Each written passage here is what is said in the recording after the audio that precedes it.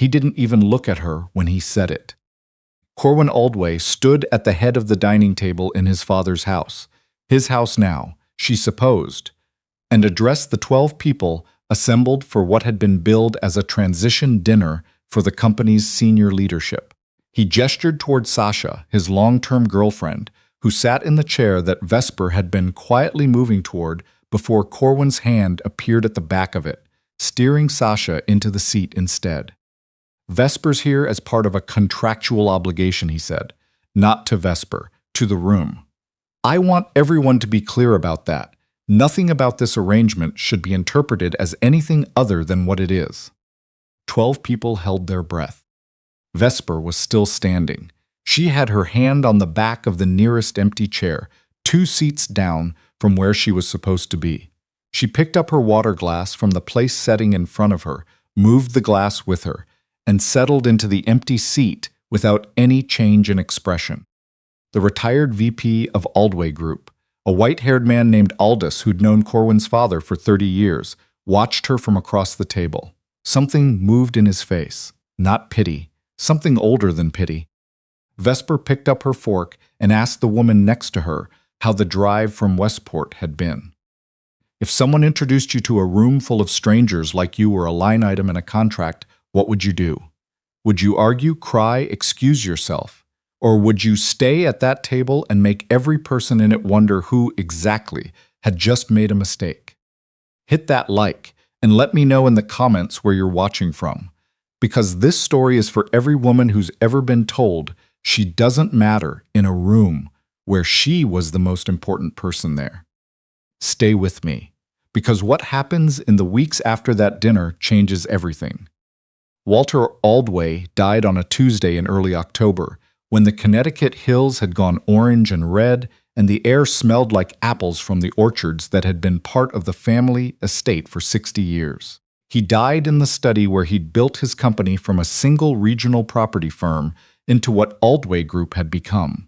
12 commercial properties in 4 states and 2 European markets. He'd been ill for 2 years. His son Corwin had known, had factored it in, stepped up his visibility at the company, made himself indispensable in ways that were strategic and cold and entirely appropriate for a 38-year-old man who had spent 15 years being groomed to inherit. What Corwin hadn't factored in was the will. His attorney read it in that same study 3 days after the funeral. The room smelled of old paper and cedar. Corwin sat with his arms crossed, and his face arranged into an expression he'd been practicing since boarding school, present but unreadable. The condition was this: Corwin would inherit full controlling authority over Aldway Group on the condition that he marry within 60 days of the reading of the will. If no marriage occurred, authority transferred to a 3-member board committee pending review and reorganization. His attorney said the name: Vesper Harmon. Corwin asked once who she was. She was the daughter of his father's oldest business partner, Paul Harmon, who had died 4 years earlier.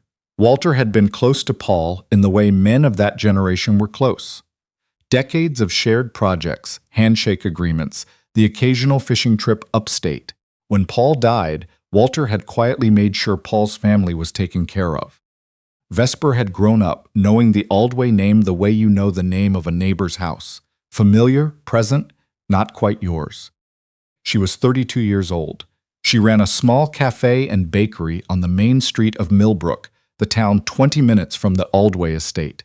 She had a daughter named Dory, 6 years old, who had her mother's eyes and her late father's laugh. Vesper had been widowed when Dory was 2 years old. She'd spent 6 months in a fog, and every day after that building something she could point to. She was not what Corwin would have chosen. He looked at the attorney and said, "Set the date, 3 weeks, keep it small." He didn't call Vesper first. He had the attorney call her. She said yes the same afternoon. She didn't ask why. She didn't ask for anything. She just said yes. Corwin found that mildly irritating, though he couldn't have explained why. The wedding was held at the estate on a Saturday, the kind of crisp November morning where the sky looks manufactured. 40 people, estate staff, senior partners, Aldous, and two other board members who'd known Walter well. Vesper wore a cream-colored dress, simple and well-fitted, with her dark hair pinned up. She wore glasses, tortoiseshell frames she'd had for years, and she carried a small bunch of white tulips because Dory had said tulips were better than roses. Dory was at her grandmother's for the weekend. Vesper had told her she was going to a grown-up party at the big house. Dory had asked if there would be cake. Corwin arrived with Sasha, not as a guest. Sasha simply arrived with him because in the previous 4 years, Sasha had always been where Corwin was, and no one had told her otherwise. She stood near the wall in a deep green wrap dress that was precisely the right kind of beautiful for an event like this, and she smiled at the people she knew, which was most of them. Vesper noticed. She registered it the same way she registered all information, quietly, without expression, filing it away. The ceremony was short. A judge who'd been friends with Walter read the words. When it was over, Corwin put the ring on Vesper's finger without looking at her hand and stepped away to speak with Aldous before the reception had officially started. Vesper looked at the ring for a moment. Then she went to make sure the caterers were handling the dietary restrictions she'd asked about. They were. She hadn't expected otherwise, but she'd learned to verify. The transition dinner 2 weeks later was when it got ugly. Vesper had been told it was optional for her to attend. She came anyway, in a navy dress, her glasses, her hair up. She looked like herself, which is to say she looked like someone who was not trying to look like anything in particular. When Sasha arrived on Corwin's arm, Vesper counted the chairs. She noted the seating arrangement. She moved without drama to the empty chair 2 places down, settled herself, and asked the woman beside her, the wife of the company's legal counsel, about the drive from Westport. What Corwin said about her, to the room, without looking at her, the woman from Westport would later tell her husband she'd never forgotten it. The woman from Westport leaned slightly toward Vesper after it was said, as if to apologize by proximity. Vesper refilled her own water glass and kept talking. Aldous, at the far end of the table, watched Vesper the entire evening. He said nothing, but his expression in the 2 seconds before he smoothed it over was the particular expression of a man who has been a student of people for 50 years and has just identified something worth watching closely. The house was big enough that they rarely intersected. Corwin kept an apartment in the city and was there most of the week. Vesper stayed in the East Wing, the suite Walter had used for guests, which had its own entrance to the garden and its own kitchen. She brought Dory on weekends. Dory ran in the garden and asked questions about the greenhouse and left small drawings on the windowsills of whatever room she'd occupied. The housekeeping staff pretended not to notice them and didn't move them. On weekday evenings, Vesper worked. She had a life before the café, a life she didn't talk about in Millbrook, partly because small towns run on narrative and she didn't want to become one, and partly because she'd left it behind on purpose. She'd spent 5 years in corporate forensic accounting, first at a firm in Boston, then on an independent investigation team that worked with attorneys on high-stakes civil litigation. She'd been good at it, very good. The kind of good that made partners uncomfortable. After her husband died, she couldn't sit in those offices anymore. The fluorescent lights, the spreadsheets, the relentless performance of certainty. She'd taken her savings and severance and opened the café. But the habit stayed, the particular way a mind works when it's been trained to look at numbers for patterns. The quiet, almost involuntary noticing of when something doesn't add up. The Aldway Group's quarterly reports were, technically, available to her as a spouse. She'd found them on the shared household server when she was searching for the property tax documentation. She opened them the way you open something that shouldn't be interesting, just to see. Something in the third quarter figures didn't add up. She closed the folder. She went to bed. 2 nights later, she opened it again. She was at the long table in the East Wing at 11:30, 3 folders open, her legal pad covered in tight handwriting, when she heard the door. Corwin stopped in the doorway, still in his coat. He looked at her the way people look at something that doesn't fit the room. You're still up, he said. So are you. He looked at the folders. Those are company documents. Quarterly reports. They're on the shared server. Something shifted in his expression. Why are you looking at those? She considered him. Then she picked up her pen. One of the subsidiary revenue lines doesn't match the asset documentation from the prior year. It's probably nothing. He walked closer. He looked at the folders the way you look at something in a foreign language, aware it contains meaning, unable to access it. I'll know more in a few days, she said. He looked at her for a moment, then he left without responding. She turned back to the numbers. It took 11 days. She worked methodically the way she always had, cross-referencing the quarterly reports against the subsidiary documentation, pulling asset transfer records from the estate's legal files, requesting through the company's administrative system the invoicing records from 2 commercial properties that had reported unusual maintenance costs over the prior 18 months. The administrative assistant flagged the request, assumed the CEO's wife had standing to ask for it, and sent the files. No one told Corwin. On the 12th day, she had 40 pages of notes and a clear picture of what she was looking at. Money was leaving Aldway Group, not dramatically, not in a way that would trip a standard audit, carefully, through maintenance invoices on 2 properties, invoices from a contractor that, when she searched the registration records, had been incorporated 8 months before the first payment and had no physical address beyond a mailbox in Stamford. The payments averaged $62,000 a month. 18 months of records put the total at just over $1.1 million. It was going somewhere. She had the outgoing account number, but could not trace the shell from where she sat. She did know who had authorization to approve maintenance invoices over $50,000 without secondary review. She sat with that for a long time. Then she sent Corwin a message. Can you come to the East Wing tonight? I need to show you something. He came at 9.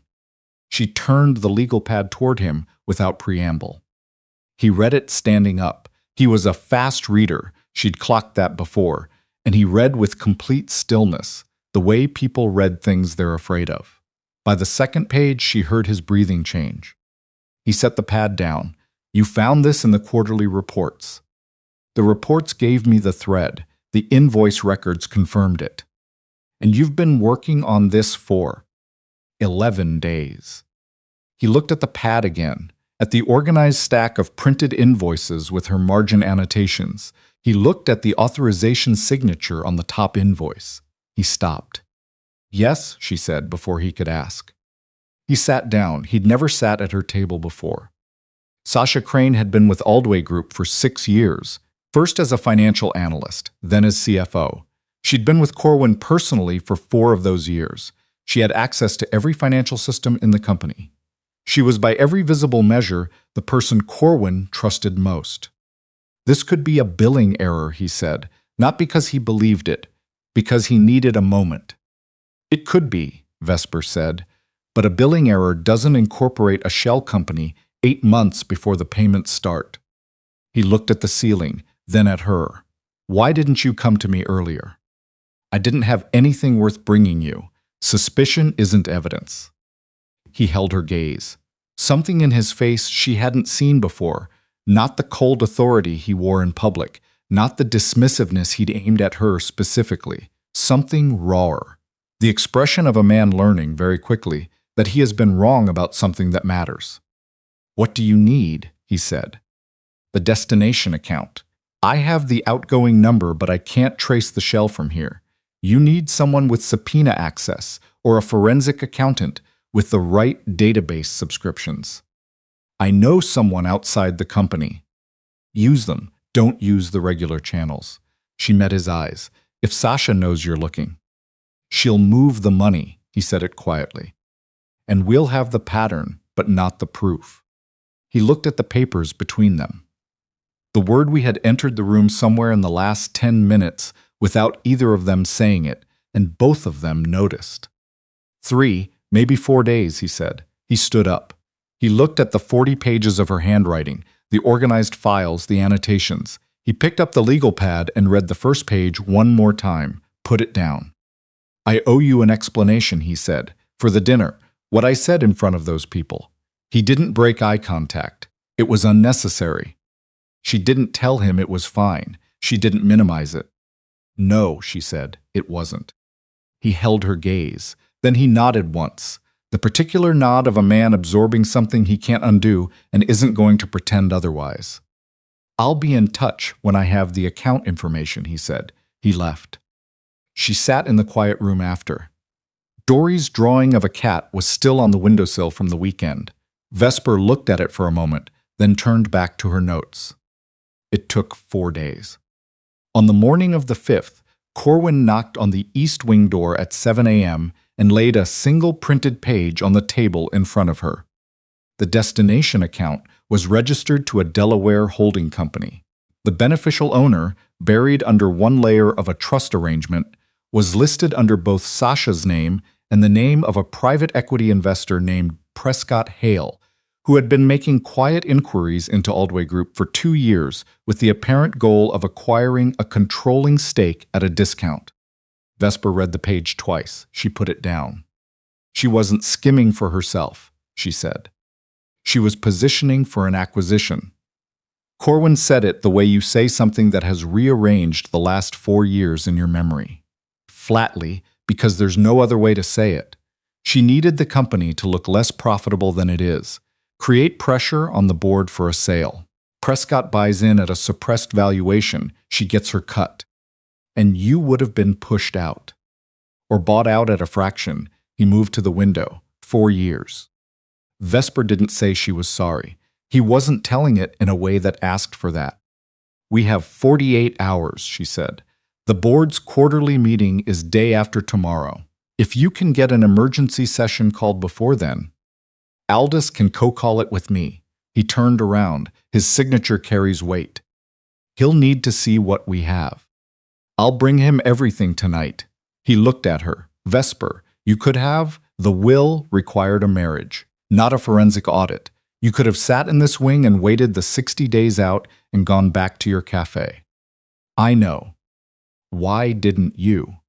She thought about her father, about watching a man she loved trust the wrong structure and pay for it, about Dory's drawings on the windowsills and what it meant to build something that could survive what came at it.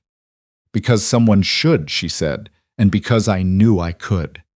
He looked at her for a long moment, then very quietly, "I know that now." The emergency board session was held the following morning in the Aldway Group's conference room. 12 chairs, floor-to-ceiling windows, the Hartford skyline, flat and gray in the November light. Sasha was present. She'd been given no advance indication of the session's purpose. She sat 3 chairs from Corwin in a charcoal blazer, composed and watchful the way she had always been. She looked at Vesper once when Vesper came in. A single brief look of complete assessment. Vesper sat down and opened the folder on the table in front of her. Corwin spoke for 8 minutes. He laid out the timeline without editorializing, the discovery during administrative transition, the invoice irregularities, the outside investigation. He said the documentation had been compiled by his wife, who had a background in forensic accounting, and that an independent firm had verified the destination account. Then he sat down and looked at Vesper. She stood up. She'd been in rooms like this before. She knew the temperature of them, the particular quality of attention from people who need to believe they are the smartest person present. She didn't perform. She simply told the truth, in sequence, with the documents to support each claim. She walked them through the invoice pattern, passed printed copies of the shell company registration around the table, put the account transfer records on the screen, named Prescott Hale, explained the acquisition strategy, and showed how the artificially suppressed revenue figures would have affected the company's valuation ahead of any sale. She was 9 minutes in when Sasha said, "This is based on a selective reading of documents pulled without proper authorization." Vesper looked at her. The documents were pulled through the company's administrative access system. The access log is in your board packet, page 11. Sasha's jaw tightened. The shell company registration is public record, Vesper continued. The beneficial ownership disclosure is a legal filing. Nothing here requires special authorization to read.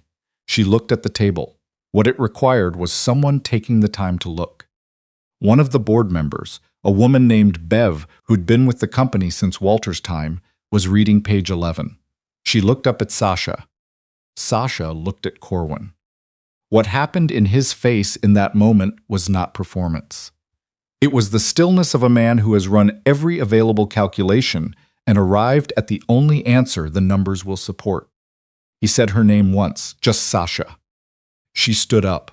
She said the documentation was circumstantial, that the outside account had another explanation, that Vesper had a conflict of interest as a spouse with a stake in the estate. Her voice was controlled, professional.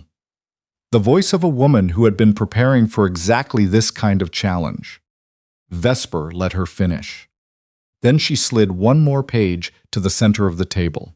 This is the email correspondence between the Delaware Holding Company's registered agent and Prescott Hale's office, obtained by the outside firm through a third-party data request. It references by name the revenue suppression timeline and the projected acquisition window. The room went very quiet. Bev picked up the page. Sasha sat down. The composure didn't break. Vesper hadn't expected it to. But underneath it, something shifted. The look of a woman watching an exit close. The vote took 6 minutes, 8-2 in favor of initiating a formal investigation, suspending Sasha's access and authority, pending its conclusion, and referring the documentation to the State Attorney General's office. Corwin did not look at Sasha when the results were announced. Aldous, at the far end of the table, looked at Vesper and gave a single small nod. The particular nod of a man who has been waiting to see something happen and is now watching it happen exactly as he'd thought it would. He found her in the hallway afterward. Sasha had been escorted from the building by 2 members of legal. Corwin came out of the conference room and found Vesper standing at the window at the end of the hall, her folder closed under her arm, looking at the parking structure across the street. "Are you all right?" he said. "Yes." She looked at him. "You?" He stood beside her. Outside, a car was pulling out of the structure, slow and ordinary. "She was there when my father died," he said. "She flew back with me. She sat in the house for 3 days. He wasn't saying it to Vesper exactly. He was saying it the way you say things that need to become real by being spoken aloud. 6 months ago, she asked me once whether I'd ever consider selling, whether the stress was worth it. I thought she was worried about me." He stopped. "She was worried about the timeline." He turned to look at her. "Thank you," he said. "Not the social thank you. The other kind, the kind that means you saved something I couldn't have saved myself." She looked at him steadily. "You built on it. I handed you the evidence. You're the one who called the session and stood in that room. You handed me the evidence after 11 days of working alone, without telling me, without being sure I'd believe you." He held her gaze. "Why did you trust me with it?" She thought about that honestly. "I didn't know if I trusted you. I knew the evidence was real and that you were the only person who could do something with it." He was quiet for a moment. Then, "I've been wrong about you since the beginning." "I know," she said. "It wasn't unkind, just true." He drove her back to the estate. They ate dinner in the main kitchen, the first time they'd shared a meal anywhere without an audience. The housekeeper had left food. Vesper reheated it. They sat across from each other at the island and talked about what came next: the investigation, the board composition, the strategy for the company's partners. After an hour, Corwin said, "What was the work before the café?" She told him, all of it, the firm in Boston, the litigation support work, the cases she couldn't describe in specifics but whose shape she could convey. She told him about leaving, about Dory at 2 years old sleeping on her chest in a hospital waiting room while Vesper waited for news that came out wrong, and how she'd driven home and known, sitting in the parking garage of their apartment building, that she was going to change every single thing. He listened without trying to fix any of it. Just listened, which was the right thing, and which she noticed. "Your father knew," Corwin said eventually, "about your background. He and my father were close. He would have known what I'd done." He looked at his coffee cup. "He knew you'd find it if you had access." "That's what I think. He left you an impossible situation." He looked at her. "A 60-day window. A man who didn't know you. A company with a leak he hadn't been able to stop himself. He left both of us an impossible situation," she said. Something shifted in his face. The particular quality of a man who has stopped carrying the version of himself he performs in public and is simply in a room with another person. "I owe you more than an apology for the dinner," he said. "What I said, what I implied about what you were, what this was, in front of people who work for me." He held her gaze. "That's not something I can walk back." She looked at him and didn't fill the silence. "I'm sorry," he said, the simple version, no scaffolding around it. She looked at him for a moment. "Okay," she said. He stayed with that, didn't rush it into something larger. "I want to ask you something," he said, "and I want you to answer honestly." She waited. "Do you want to stay? Not because of the will, not because of the estate or the company." He held her gaze. "If all of that weren't a factor, do you want to be here?" She thought about Dory's drawings on the windowsills. She thought about the nights at the East Wing table, the particular focus of working on something real and hard, the way the numbers had told her a story no one else had been paying attention to. She thought about a man who, when handed something difficult and true, had taken it seriously. "I want to see what it becomes," she said, "if we build it right." He looked at her. "That's not a yes." "It's not a no either." The edge of something moved in her face, not quite a smile, but close. "It's honest." He considered that. Then he picked up his coffee cup and said, "I'll take honest." 3 weeks later, Corwin called an all-company meeting and introduced Vesper to the senior staff, not as his wife in the contractual sense. He introduced her as the person who had identified and documented the financial irregularities that had threatened the company's stability, her background, her role in the investigation, her ongoing role in the estate's financial oversight going forward. 2 people in the room looked surprised. Most did not. Aldous, standing near the back, looked at the floor for a moment, then looked up with the expression of a man keeping something to himself that he is very pleased about. After the meeting, one of the regional property managers, a pragmatic woman in her 50s named Dale, who had been with the company since Walter's time, stopped Vesper in the hallway. "You should have been in these conversations a long time ago," Dale said. Vesper thought about that. "I was a little busy, running a café and raising a kid." Dale laughed, a real one. Vesper went back inside. On a Saturday in December, Dory visited the estate and left 4 drawings on various windowsills, discovered the greenhouse, and declared it the best place on earth, and asked Corwin with complete 6-year-old directness whether he knew how to play Go Fish. He did not. She taught him. He lost 3 times and won once, which Dory said was actually pretty good for a beginner. Vesper, watching from the kitchen doorway with her coffee, let herself look at the 2 of them at the card table by the window with the winter light coming through the glass, and didn't say anything, and didn't need to. Later, after Dory was asleep in the guest room with her shoes off and her drawings distributed around the estate, Vesper stood at the east wing window and looked at the dark garden. She thought about what her father used to say, that the best structures are the ones you can look at honestly and still believe in. She thought they might be building one. Corwin came to the doorway and said quietly, "She's still asleep. She always sleeps hard when she's had a good day." He stood beside her. They looked at the garden together. "The greenhouse needs work," he said. "I know.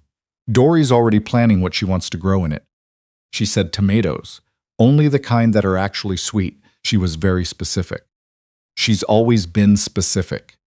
The garden was quiet. The first frost had come and gone, and the ground was hard, but the lights along the back wall were still on the way Walter had always kept them. After a while, Corwin said, I called the estate attorney today about revising the terms of the inheritance arrangement, the 60-day clause, the language around the marriage as a condition. I want it redrafted. She looked at him.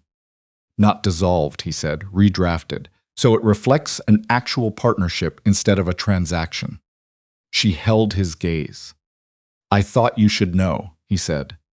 She turned back to the window. Outside, one of the garden lights flickered once, steadied.